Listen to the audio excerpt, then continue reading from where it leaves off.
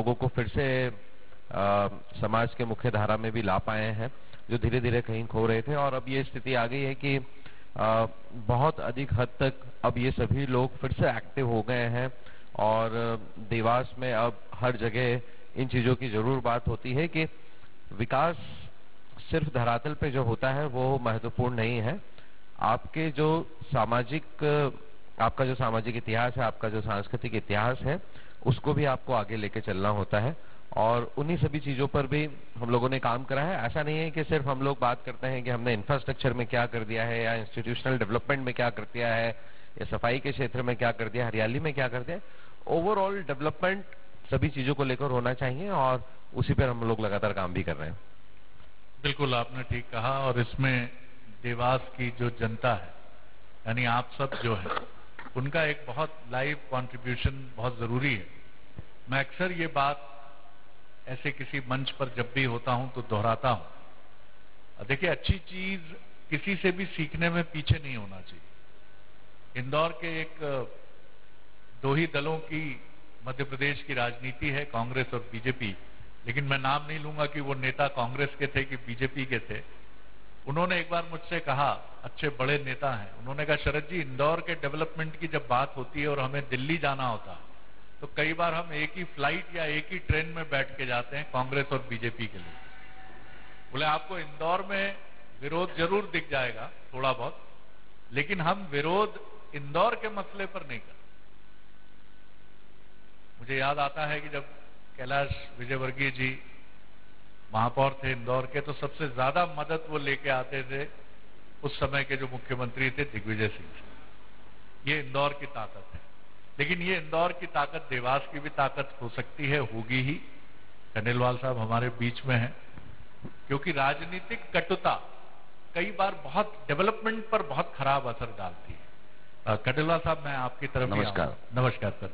किस तरह आप देखते हैं अपने प्यारे से, खूबसूरत से, आध्यात्मिक और सांस्कृतिक परिवेश में ढले देवास को और इसके भविष्य के विकास को? निश्चित रूप से देवास का भविष्य में बहुत बड़ा और व्यवस्थित देख रहा हूं, क्योंकि हम एक तरफ हमारी व्यापारिक राजधानी इंदौर है और एक तरफ हमारी सांस्कृतिक राजधानी उज्जैन है, और बीच में देवास में होने के कारण हमारी विकास की कई संभावनाएं हमको दिखती है।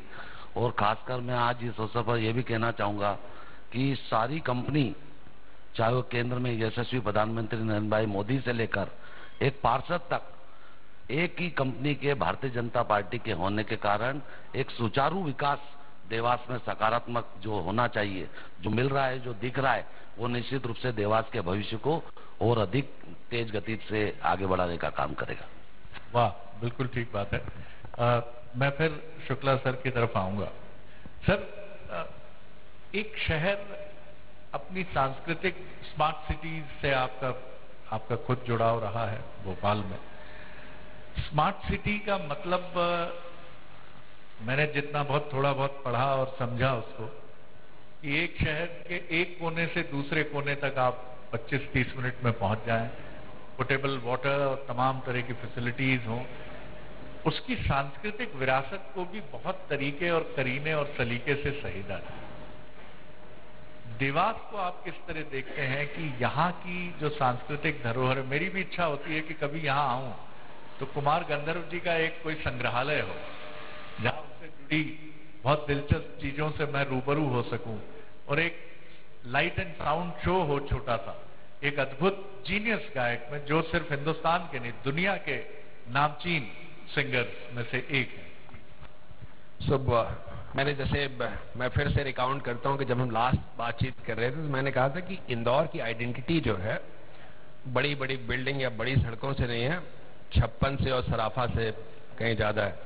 तो हर शहर की जो कल्चरल और सोशल आइडेंटिटी है उसको आप इंफ्रास्ट्रक्चर से बीट नहीं कर सकते।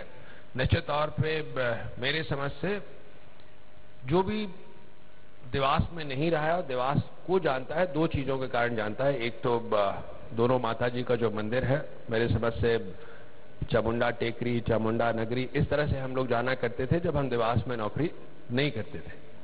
दूसरा, देवास को इंडस्ट्रीज के कारण 60 के 70 के दशक में, तो मेरे समझ से ये दोनों ऐसे कंपोनेंट हैं जो शहर की आइडेंटिटी हैं